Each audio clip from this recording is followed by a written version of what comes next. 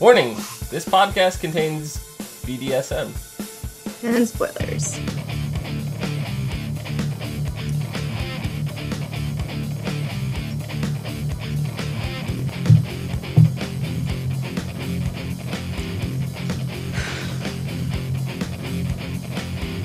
What's up, everyone, and welcome to the ASOTV podcast for Gotham, Season 1, Episode 21, The Anvil or the Hammer.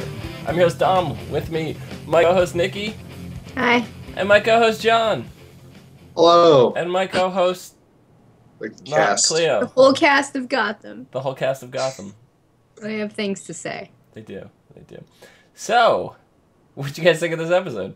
It was good. I really liked it. I think I liked Definitely it more than worth. Clio did. You could be right. Mhm. It's definitely worth finishing. I agree. So, what was your favorite part of the episode? Oh man. When Barbara died. Oh wait, that didn't happen. What? I think my honest favorite part was when Lucius approached Bruce at the elevator. I think that was my favorite part of the episode. Lucius Fox was amazing, and yes, I think the fact that it was done so subtly was what made it great. Yes. There was not a big episode named Lucius Fox and deals with his whole background, how he got into the corporation and how he was like secretly working with Bruce. No, there was nothing like that. It was just like, here's the guy, you know who he is, we'll just kind of mention him, gives Bruce some pointers, and he's off on his way. Right. It was great. Yeah, he was introduced to him like kind of nonchalantly, and then, you know, he just popped back in and was like, hey, I know things about your dad, about the Batcave under your house. Not quite yet. Not quite yet. Yes, he will know. Yeah, so I know Clio is really looking forward to the Barbara hostage situation. Yes. So unfortunately, she's not here to discuss it. It's sad. But who damn? Yeah, I mean, there actually was Barbara character development here. And the one time that we have it, I'm really sad that Cleo's not here for it. I know. So, I mean, we'll have to address her again in the finale. We'll have to get her opinion on that. Clearly. So. Yes. I'm sure something will happen with her. Yeah. So. But, so what did you guys think of the whole Ogre Barbara situation? I mean, it didn't play out how we thought it was going to, but no. It was still, I thought it was still I interesting. wanted the Ogre to carry over into next season. I mean, the actor and the character were both very intriguing. Yeah. I was surprised it wasn't going to wait until the finale to resolve this one, but I guess they want to dedicate the finale to the other, other stuff that we'll get to. Yeah, I mean, the shoots. The show's saving grace has always been the mob war. That's always been the most interesting story. Is all the mob bosses and stuff like that. Yeah. So, I mean, if that's what they're saying, because it looks like that's what they set up for the next episode. I think that's going to be a great way to go out. So. I think so. Yeah, because it's going to be a huge event for the entire city. Yeah. But with Barbara, it was kind of crazy how remember we had that scene, like, what was it, 6 episodes ago with her going to her parents and, sitting there and we're like, this is useless. Like, what's the point? It's just showing us that she's a spoiled little brat. Like, yeah. But it actually came back. It paid off. Surprisingly. Yeah.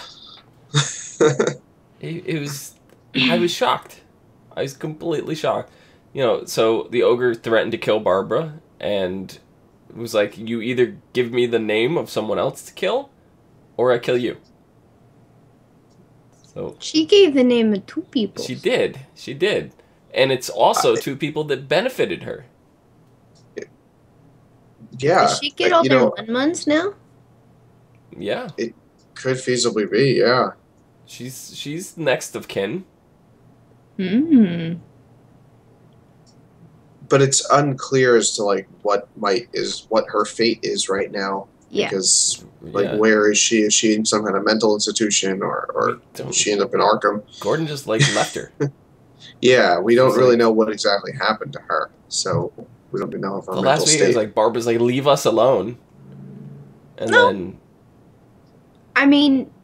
And then, that was when the ogre was still alive. Well, yeah, no, I mean alone. That's the last words we heard out of her, though. Well, no, she said, "Is he dead?" Yeah, is he dead? Yeah. She had obviously, snapped out of that fake thing she had going on. I don't know if it was fake. I don't think it was fake.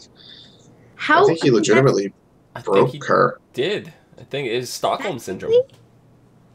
Yeah, I mean, less than 24 hours, Barbara gained Stockholm syndrome. I don't know. I think she was playing it up.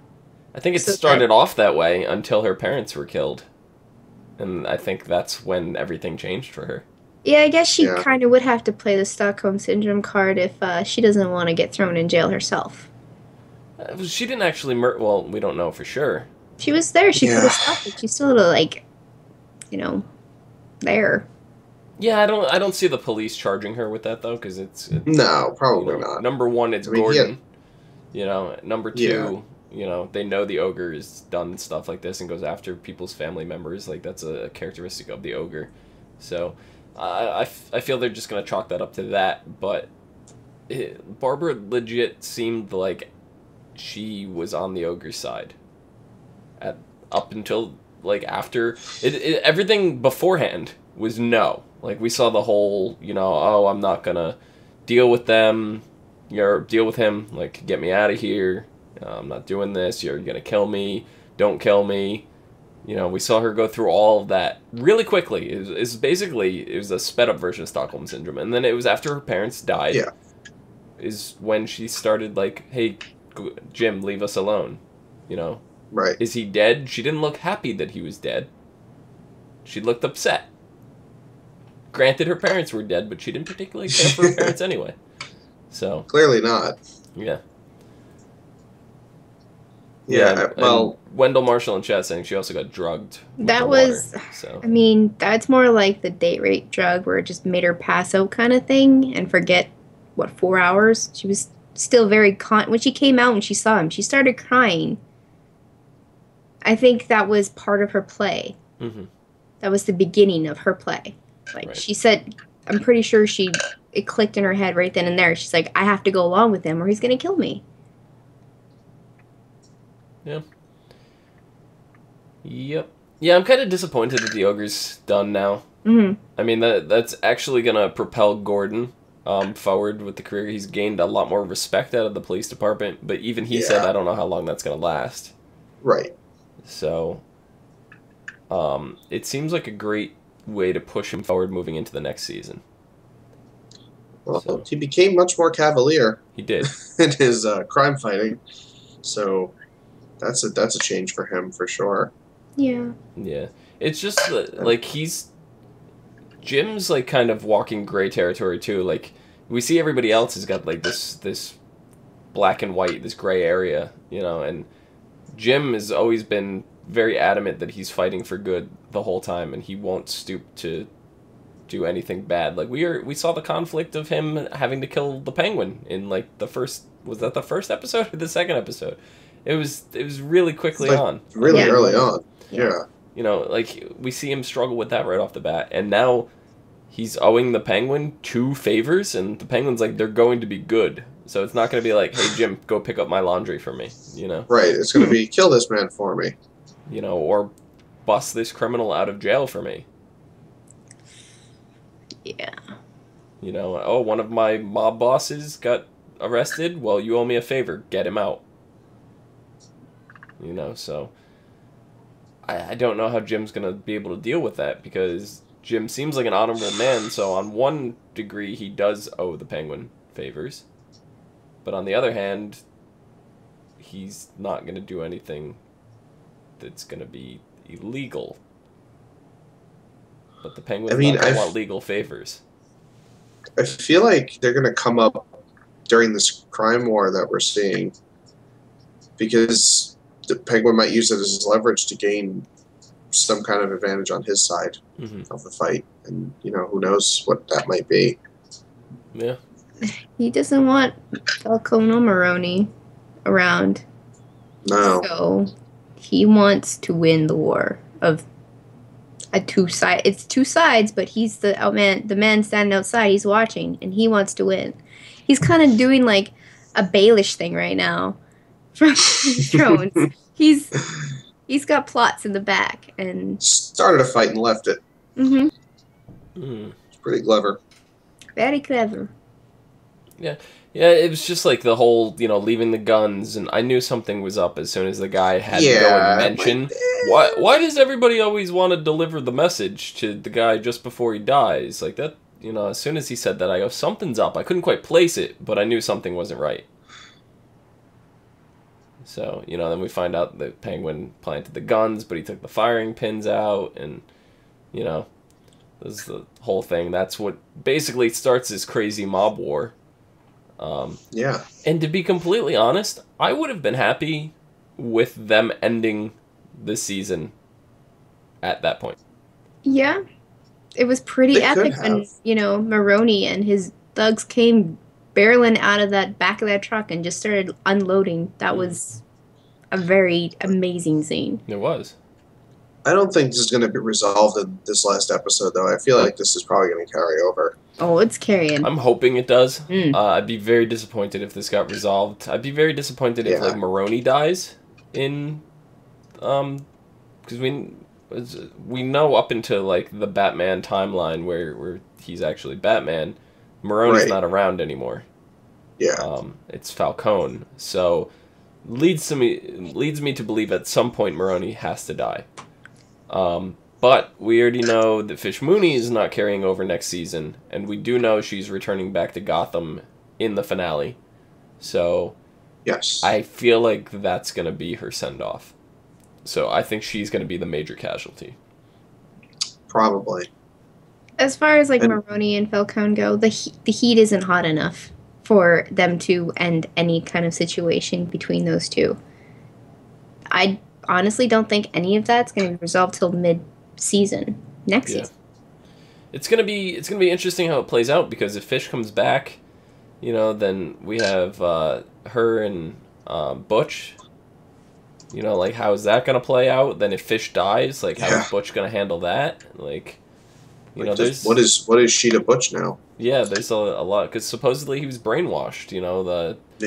Supposedly Zaz did whatever to him, and so Zaz. We don't know exactly what happened. Victor Zaz. Zaz. Yeah. I don't know. I'm very curious. That's the mob story is always that's the big story that's got me hooked in Gotham. That's what I honestly care about. Some of the side stuff is interesting to me, like Nigma, especially. Nigma's growing more and more interesting. I absolutely hated his character for the first half of the show and part of the second half. I mean, last 5 episodes that he's been in, we've had nothing but great things to say. Yeah, I actually was talking about it when we were in the boat. On the way home tonight with Mike, and I said, I betcha Dom Nigma is shown in a new light for Dom. Mm-hmm. He's gonna love him now. Yeah, I do. Absolutely love it. He's been awesome. Yeah, the whole letter, that he gave to Christian, and she or is it Christian or Kristen? Kristen Kringle? I think it's Kristen. Yeah. Kristen, yeah. He gave the letter to her, and she, he didn't give it as him. He left it for her, and she reads it, and he's like, oh, when dealing with guys, sometimes you have to read between the lines. And I was like, I paused it, and I rewound a little. I paused the letter, and I'm looking at it, and I'm like, read between the lines. It says Nigma. I saw it on the side. This is before he even did that little flippy thing with the edge of the and you saw it down the side. I was like, oh my god, that is great. This is what I want out of the Riddler. Like, this is perfect. Yeah. You should have been doing this the whole time.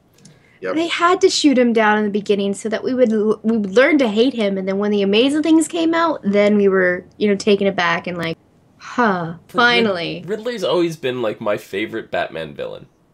Yeah. Hands down, always been my favorite. It's not the Joker. Joker is everybody's like favorite, whatever. The Joker I like for the chaos, but he's not my favorite Batman villain. I like the Penguin more than I like the Joker. I like Poison Ivy more than I like the Joker. Catwoman, love Catwoman more than I like the Joker, and Riddler is #1 in my list. So. You mean you like Arnie Schwarzenegger? You liked his better Victor than Freeze. Everybody, chill. I like Mr. Freeze, but I did not like Arnold Schwarzenegger's Mr. Freeze. That was my. I was like, you like Arnie Mr. Freeze better? No, animated Mr. Freeze. Yeah. He has a really cool like plot line in general, Mr. Freeze. So actually, just under the Riddler for me is Scarecrow. Like, oh yeah, Scarecrow's awesome. I love me some Scarecrow, but I don't know, the Riddler. Me personally, and it's probably from the fact that I love puzzles, I love riddles, I love puns. So it just all kind of groups into that. Nikki's face palming over there, but you love Danny DeVito? Yes. Oh God. Jim Carrey. Jim Carrey. That was an interesting Riddler, because it was so like over the top, ridiculous. I mean, loved it. Yeah. But I mean, I'm kind of curious. Like, it's like. I mean, first off, the first thing I thought was like, what were you thinking bringing a dead body to work? What were you thinking? What were you thinking? It was so dangerous for him to do that, because if Leslie was like not distracted by this whole ogre thing, she would have been walks into the medical room. Yeah. And was like, oh, hey, why are you cooking a dead body in acid, sir? He could, pull like a theory being like, I'm just cleaning the bones so I can see where the freaking, fracture lines are and stuff. Herpa-derpa-derpa. Well, she's smart enough to read the case file that doesn't exist. So, I don't know. It was just like a really risky thing. I was just like biting my nails the entire time because I thought he was going to get caught. So, I was just like, yeah, it was kind of nail bite. That was tense. I mean, so he's got the whole thing where like he's got the thing. Kristen walks in, and she looks in, and she's like, "Oh, I don't know how you deal with it." And I'm like, he's caught. But she thought she'd recognize him. Well, no, because like the head wasn't in there, and yeah. But I'm like, as soon as like she realizes he goes missing. Like, he's gone, he's missing, he's not showing up for work. This is before the letter, obviously. I'm it's running through my mind to go, she's going to remember that Nigma was, like, putting acid to somebody in the thing, and she's going to mention that to the department, and he's going to get caught. And I was like, this is going to go terribly. Didn't he, like, duck the acid into something before he opened a door? He was about to. No, I'm pretty sure he did. He said, just give me a minute, and he ducked it somewhere, and then opened the door. I thought he just left it in the sink. All she saw was a gruesome body. Yeah. No, I thought he just left it in the sink. He was still in the jar or whatever. Yeah. I don't know, but I believe she doesn't know, and she's like, boys are stupid, and then... Boys are stupid. That's it. I don't... He got away with it. I heard the other day that girls are stupid, too, so we're just... I mean, I have heard same old. So, I mean, is it now every time Kristen gets a boyfriend, he's going to murder him? And is this going to be his thing for a while? That would be interesting until she completely falls for him. Till there's no one left, and she's just like, oh, well, Nigma's always been here for me. Yeah. Sweet old guy. I mean, this might be the start of the Riddler here, because definitely, absolutely, because he may start having fun with these now. Like the first one, he is already having fun. I mean, he was terrified when he first started stabbing him. Right. He was like, "Oh no, oh dear, oh no." He kind of got a grin halfway through, and then he went back to, "Oh no." Now he's like, "Okay, no body, no crime, no body, no crime," and he's actually figuring out the puzzle in his head. This is a huge game to him. Mm-hmm. So it started. Right. And you see the joy he took in smashing his skull in. Oh my god. You know, that was insane. But and then you even saw the pleasure he took in the riddle afterwards. You know, like the one that he left for her. Like, here's my name. It's there's evidence that I did it, but you'll never see this. You know, so it was just, it's great. But now I'm thinking, after what John just said about is he going to murder all the boyfriends, what if he starts toying with them and he starts leaving riddles for them that lead to their death? Which would it be exactly what he does? I mean, that would be amazing. It would. It would be incredible. Yeah. I'm so excited for season 2. So excited. Screw the finale. I want season 2. Give it to me. Give season now, please. Yeah. Please. No, it was great. We got from Bruce, we had a little conversation with Alfred, where Bruce kind of confessed everything to Alfred. And surprisingly, Alfred didn't seem too upset that they murdered his best friend. Well, I mean, part of it is, yes, he got stabbed by his friend. But then he said, what's his name? Reggie. Oh, yeah, the Reggie I knew died a long time ago. Yeah. So I guess he kind of is like, yeah, okay. I feel like also on some level, Alfred might have known, because he was being so weirdly awkward to Bruce before Bruce told him. Like, you notice how, like, stilted he was being and, like, how, you know, very kind of put off he was acting. I think he knew something was up, and he had He dropped a letter from Selena off at the beginning of the episode, and then he, like, stood there awkwardly waiting for Bruce to open it. And Bruce was just, like, super casual and doing whatever he was doing.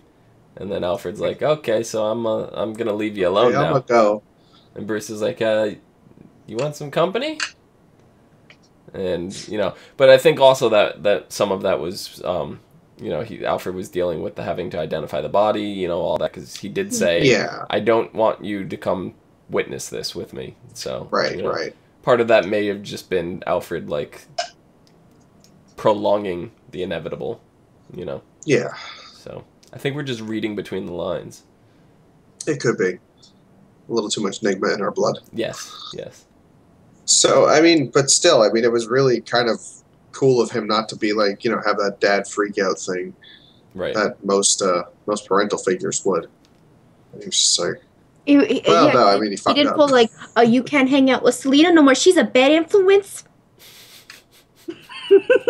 Because he knows he would never stop it. I mean... It's true. Yeah, but he seemed like as soon as Bruce started explaining what had happened and Selena did it, and then they went and found this key, and all of a sudden, you know, Alfred's like, "Well, so what's going on at Wayne Enterprises?" Like, he seemed more interested in that than the fact that Bruce had something to do with his best friend's murder. You know, like... Yeah. Just, I don't know. That doesn't seem like Alfred to me. It does, but it doesn't. It was Wayne Enterprise that got Reggie to fool him in the first place and get him stabbed. Right. Yeah. I mean, to be fair, he did stab the shit out of him, so... You know. I could see him being like, you know what? Don't really care that the bastard's dead. Yeah. So they would go through Bunderslaw's safe. It's empty. I should say Bruce did. There's nothing there. Yeah. He was nothing. He was waiting for him. Yeah. I mean... Does he have another key? I'm assuming they have spare keys. Oh, probably. I think he knew that Selena pickpocketed him, and he was like, well, since the kid's showing up, I mean... might as well have a... They've sent assassins after Selena. They know what kind of person Selena is. To see her at the charity ball, dancing with Bruce... who they know has dirt on them, or had dirt. Dots connecting, maybe? Yeah. Your key goes missing. She was there with Bruce, and yeah. Makes sense to me. Well, I mean, the key wasn't missing. She just grabbed it and made a mold of it and threw it back. So, I mean, he probably noticed. We kind of, this was also set up that, like, we know she's not, like, that great of a pickpocket yet. You know, in the first episode we saw her, she got caught. Right. You know, stealing a guy's wallet. So, right. You know, she's definitely not, like, the greatest pickpocket. Mm-hmm. So he probably felt it and was just like, all right, fine, stupid children. I'll play this game. Yeah. Yep. Yeah, so, I mean, it leads to the question, you know, like, apparently, you know, Thomas Wayne was in on, like, all the, you know, at least that's what Bunderslaw says, that he was in on it, his grandfather was in on it, they know all the shady dealings that go on in Wayne Enterprises, and the Wayne's job is to accept this. Right. Do you think they really were in on it, or... Well, they had to play like they were. They had to play like they were. They had to put on that face like, I know what's going on. But I think behind the scenes, they were doing their own little thing. And eventually it was going to stop with Tom. But bang, bang. They probably found out that he had the means to stop it right then and there. Right. And they killed him. And they killed him. Yeah. So, do you think Wayne Enterprises directly was what killed them then? Thomas and Martha? Yeah. I think in some relation, yeah. I think they had to have something to do with it. I'd be kind of disappointed if that was the case. Wayne Enterprises has a lot of cash in their pocket. A lot of the people that are on the head council people, those guys have lots of money in their pocket. They could have went out and bought a villain. Yeah, no, easily. They 100% can. I'd feel disappointed because, to me, Batman was born because of the chaos in the city. Right. And this was supposed to be a random act of violence, not a planned hit. True. So yeah, well, in the traditional lore. Right. We already know the show's not going to 100% follow it, but they've been doing a pretty damn good job thus far. Yeah. So. And when you go traditional lore on me, I'm like, I'm just going to accept what you're saying, because... Yeah. I mean, as much as you know are just recently watching through all the movies, right? Yes. Yeah. So, you're not even familiar with the animated series, are you? Yeah. No. That is unfortunate, because that is really good Batman. That's the definitive Batman. I've been looking Batman. for it that's not, torrent or anything, so I'm looking. Yeah. I mean, if I can find it on DVD set, say in Walmart or whatever, I'll buy it. But it's really good. It's amazing. There's some great animated movies that go with it. It's just it's so good. It's the best all around Batman media, I think. I mean, it's. I'd just argue that the Arkham games actually are pretty good too. Yes, they are, and you know why? Because the entire cast from the show pretty much voiced all the characters. That is true. In the game. Mark Hamill reprised as the Joker, and fucking Kevin Conroy, who is the voice of Batman. Yep. I do not accept any other voices. Yep. You mean not even Christian Bale? Save this shit, But I mean, anyway, I think just going back to the Banderslam's fucking safe nonsense. Banderslam? Boondersunkel. Bunderslam? Bamblegam. Bamboo Saw. Yes, that guy. Okay. I feel like, obviously, as far as he knew, the Waynes were kind of on his team, but clearly, obviously they weren't, but I somehow, Lucius knew that as well, which is surprising to me because he seems really young. Lucius isn't that old. Right. He's a pretty young man. So it's interesting that he would have that kind of information. So I don't know, I'm kind of curious like where he gets his knowledge and stuff. To me, just the way Lucius was talking about how he set up cameras and stuff, I believe it's more than just cameras. I think he's got audio. It might be bugs, right? Yeah. Bruce's dad for a while, and he knew because I'm pretty sure Bruce's dad put a lot of trust in him. Right, I'm sure Maybe that is. And yeah, and we know from the comics, we know from the movies, the more recent, the Christian Bale movies especially, that Lucius Fox is kind of like this crazy engineer that creates all these crazy, the tumbler, from the Christian Bale series. He's got a lot of the gadgets that Batman uses. Yeah.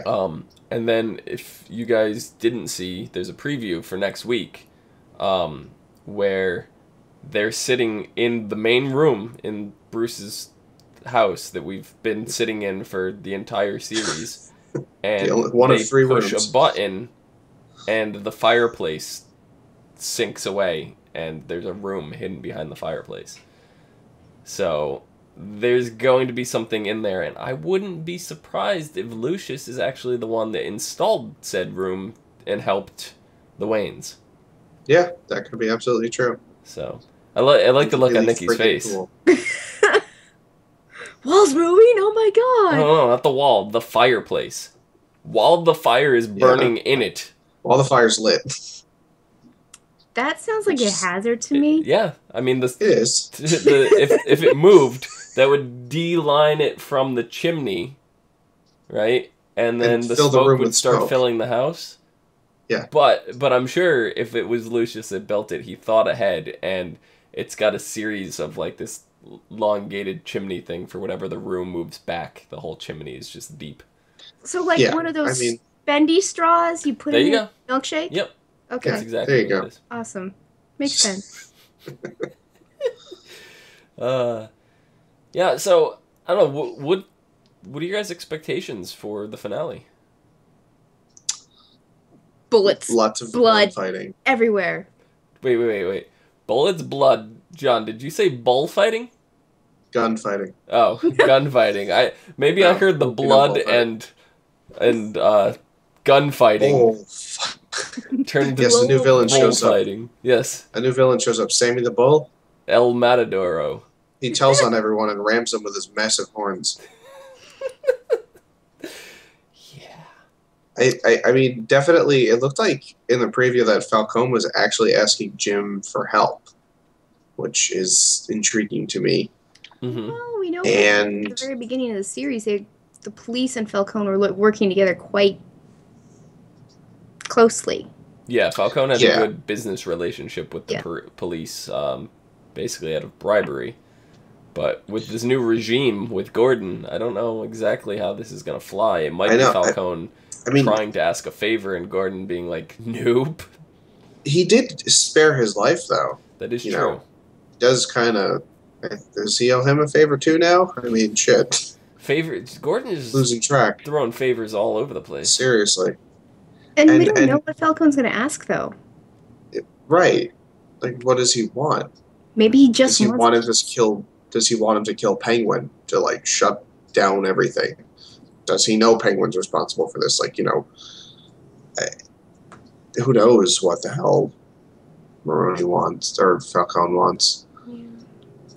Yeah. And for that matter, what the hell is Fish, like, whose side is Fish on? Her own side now. Fish has kind of always been on her own side. She's been trying to off Falcone. She's not really had too much to do with Maroni. No, but she doesn't have the men to, or the men and women. She doesn't have the numbers to fight like this. She may, depending on the position of power some of the people that were kidnapped were in. If they are wealthy businessmen, or maybe crime lords themselves, some of them. The ones that went to die definitely seem like they were involved in some kind of gangs and stuff like that. But the ones she took seem more like businessmen to me.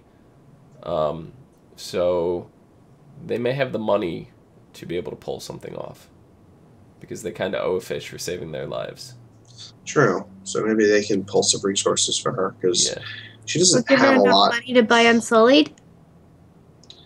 I don't know if it works like that. Oh. Sorry. Okay. We'll have to go to... You know what? She'll just go to a eunuch church and just be like, do you know how to fight with a spear? What? I have to go.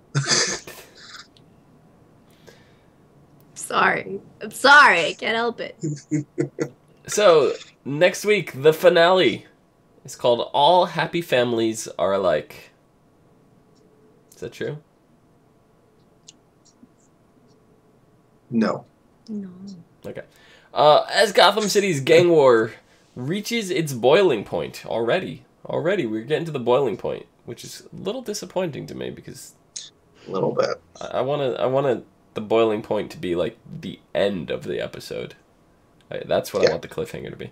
Anyway, Fish Mooney goes head-to-head with Maroni and Penguin in an attempt to restake her claim on the city. So where's Falcone in all this? Does that mean she's siding with Falcone? I mean, yeah, but why wouldn't it say with Falcone? Right, but it doesn't mention him at all. So I think Falcone's more or less trying to get the police on his side. He's distracted. He's not in that trio right now. He might be in hiding. He could be in hiding. Yeah. Maybe that's his favor. Put me in protection place so I don't die. That could be it. Could be it. Yeah. Meanwhile, Barbara and Leslie Tompkins are brought together after recent events. Hold on. Like, brought together? They have common interests? I think they're gonna meet. Maybe she'll be under Leslie's care for some reason. Maybe, yeah, a therapist kind of thing. I don't know. I don't know what Leslie extends to in her medical field. What? Yeah. I mean, I know she helps drug addicts in the comic books, but... Well, she was in the asylum. Barbara is a drug addict. Crazy people. Barbara is a drug addict. Yeah, right. She was in the asylum. Like, she's a medical doctor, clearly. Mm-hmm. So, but that's going to be real awkward. Yep, this is probably going to be the part where Cleo's like, "Nope, I'm done with the show. I'm done. If there is going to be a part this season, that will be it. I'm calling it. That might be it. Calling it. Yeah, it could be. And after recent events, Bruce searches Wayne Manor for any hints that his father might have left behind. Maybe behind the fireplace. Maybe that might be a good cave. Place to start. Yeah. I don't think that it's going to be a cave. No, it might just be like a research room or something like that. I mean, he may fit it into a cave at some point. Retrofit it, you know. Yeah. Improve the foundation under the West Wing, but... I bet it has a milkshake machine in it. A milkshake machine? Yeah. Does his father's milkshake bring all the boys to the yard? It could. And you're damn right it's better than yours. Martha could teach you, but she'd have to charge. Yes. So, do you think that maybe his dad just stashed away evidence against Wayne Enterprises that is really concrete that he can use? Because Bruce really mostly has conjecture and hearsay. So maybe he'll find some actual solid proof, hey, this is what they did. Yeah, I mean, we saw Bruce's board. We saw him trim out a picture of his father this episode, put it on the board. But yeah, like you said, his board is all hearsay. I'm expecting when they find this room to go in, and it's going to be pretty much that, but with better, more concrete evidence from the father. Real detail. Maybe actual files. Gotham, it's a math of the whole world. That could be interesting too. But and then there's lines, the Dollmacher, and oh no, all the places. Oh no. What if Wayne Enterprises is funding the Dollmacher? I will buy a hat and eat it. I'll eat Nikki's hat. I'll give you this one. Okay. You can eat this hat. I'll marinate it in some sauce and then we'll be good. Good luck. I'll need a chisel. So, yeah, I think that about does it. You guys have anything else for this? One more, and and I'm going to say this, and I'm probably going to say this filled with a little bit of regret, but I legitimately felt bad for Barbara this episode. What? I really did. Whoa, whoa, whoa, really whoa, did. whoa. Hold on. What made you feel bad? Hold on, I need to, okay. Okay. What? Are you in a seating position? I'm now sitting up straight. I need to. I mean, and it's a really simple reason. It's because no one deserves to be tortured like that. I don't care what you've done. She didn't deserve that. She didn't deserve to be like, beat to shit like that, poisoned, and towards the end, in the beginning, like I was like, Jesus Christ, I actually feel terrible for you. I hope you get out of here. I did, but I mean, towards the end, it got a little weird because she was like Stockholmy, but in that first part when they were in, his apartment, the ogre's apartment, I was just like, holy shit, this sucks for you. Yeah. I'm so sorry. And he hit her because she was feisty and fighting back, which, you know what, that in itself shows us a little bit more of Barbara, that she's not just a pushover. That's true, too. Right. I don't know, but she could have just laid down and... Yeah, she could have just... whatever. But the sex dungeon room that he had or whatever, there's battle axes on the wall. Like, why not run to a battle axe and chop him up or something? I mean, he's quick with a knife. It's true, but I mean... I don't know how that would have worked. Me, instantly, like, not knowing exactly the layout of the apartment and everything. Like, you brought me into the room. I saw the room, then went back. She had consensual sex with him. They had a great night, whatever. And then she goes to leave. He's threatening that he was going to kill her and all this stuff. And she runs to the door. Now, at that point, that's when she realized he's a serial killer. Or he's a killer. Plans for her. I wouldn't have run to the door. I would have run to the room. I would have grabbed an axe and waited inside. It was open. You also don't have ovaries. I don't. You're right. I don't see what that has to do with picking up an axe. It was fight or flight, and she chose flight. Okay. So, I don't know. I mean, it was the reason I brought it up because it was weird. Because I was like, oh my god, I feel bad for Barbara. Am I okay? Am I alive? What is happening? Am I sick?